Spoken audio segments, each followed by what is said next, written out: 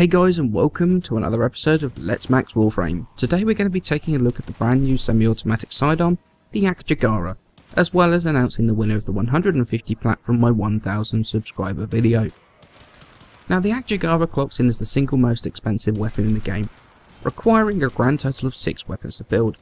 2 Bolto, an AkBolto, 2 Scanner, and the dual Scanner, which, when you take that into account, is 210,000 credits, 7 Oricon cells, 4 Neurodes, and 2 Morphics. So what do you actually get from such an expensive weapon? Well, you start by getting a very decent 60 damage per shot, with the majority, 42 of that, coming in the form of slash damage, with the remaining 18 damage split equally between impact and puncture.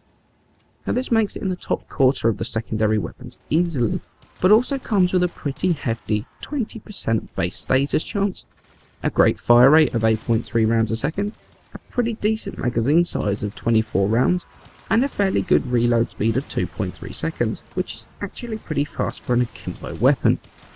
All of this is a recipe for what should be a pretty decent secondary weapon, similar to weapons like the Lex Prime, with high damage and high status. Now this weapon's not immune to downsides at all, far from it, chief of which is its recoil. In terms of the weapon itself, the first shot recoil is extremely high and makes it very difficult to land accurate shots, either at long range or when at full speed on a target at medium range. What this means is that when coupled with an already very low accuracy, it really makes the AkJagara a close to medium range weapon, unless brought under control via the use of mods like Steady Hands. The weapon itself also comes with a very low critical chance of just 5%, meaning that it can't really take advantage of that decent 200% critical damage multiplier. Now this isn't a major problem, but weapons with a very low critical chance always drop behind in the DPS race, purely because it gets that double damage less than other weapons with higher critical chances. Also, when you look at the weapon, another downside is the very steep construction costs, very effectively pricing itself out of the leagues of newer players and more into the range of older players. Not really a downside as such, but definitely something to bear in mind when looking at this weapon. Okay, so let's move on to starting to mod the AkJagara. Now it does come with a dash polarity as standard, however we're going to add 4 formers to the weapon and add in another 3 Vs and a dash. Now we've only got 4 mods that are going to remain the same between all 3 of our builds. We've got Hornet Strike for damage, Barrel Diffusion for multi-shot, Lethal Torrent more for the multi-shot than the fire rate, but the fire rate isn't exactly bad, and then Steady Hands. Now for our Grenadier build we're going to go with the recently buffed Deep Freeze and Pistol Pestilence to bring up the viral damage, and Jolt and Primed Heated Charge to bring up that radiation damage.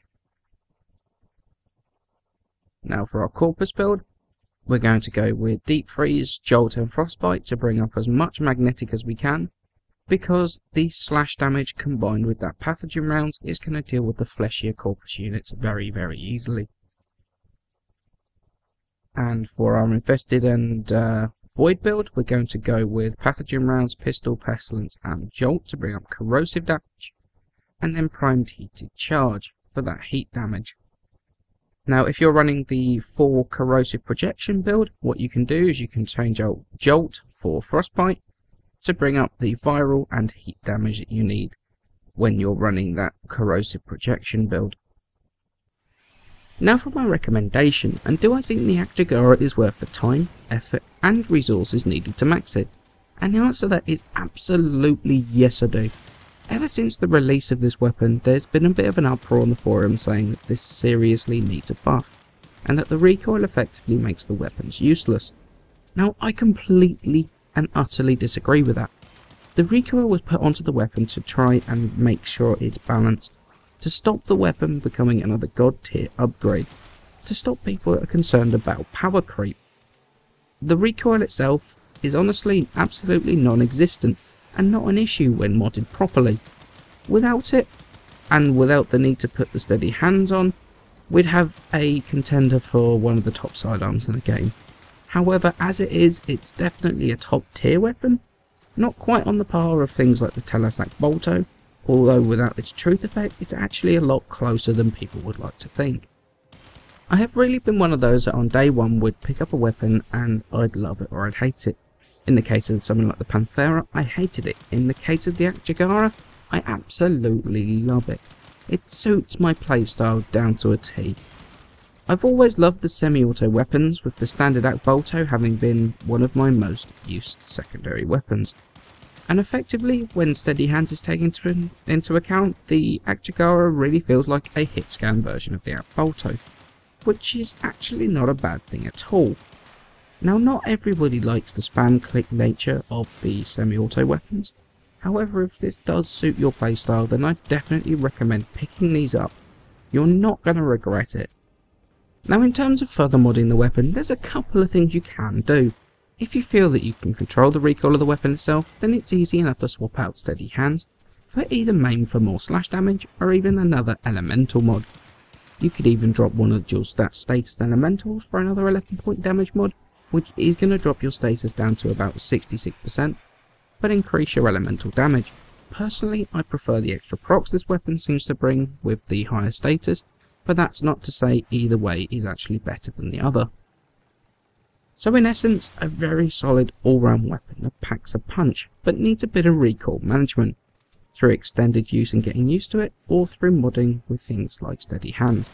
The AkJagara really is something that I can get excited about. A slash-based hit scan AkBolto with decent status, what's not to like there? It's an asset to any arsenal. Just a quick little thing from me, I apologise for the lack of videos this last week or so. Unfortunately, I spent the entire week dealing with some things in my personal life, so time and motivation were at a huge low. However, things have been cleared up now, and I'm back and more motivated than ever. To make up for it, you can expect a video every single day next week. Thank you for your patience. I know some of you have been itching to see a max version of the AkJagara, plus many others. Now, with that said, let's move on to the winner of the 150 Platinum from my 1000 subs video. And the winner is HaloKill1111. Congratulations. Please message my YouTube channel and we can sort out sending you that Platinum.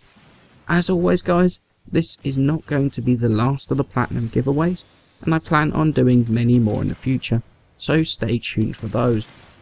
As always, a huge thanks for the support. Please remember to leave a like and subscribe for more Warframe content, and I shall see you in the next episode.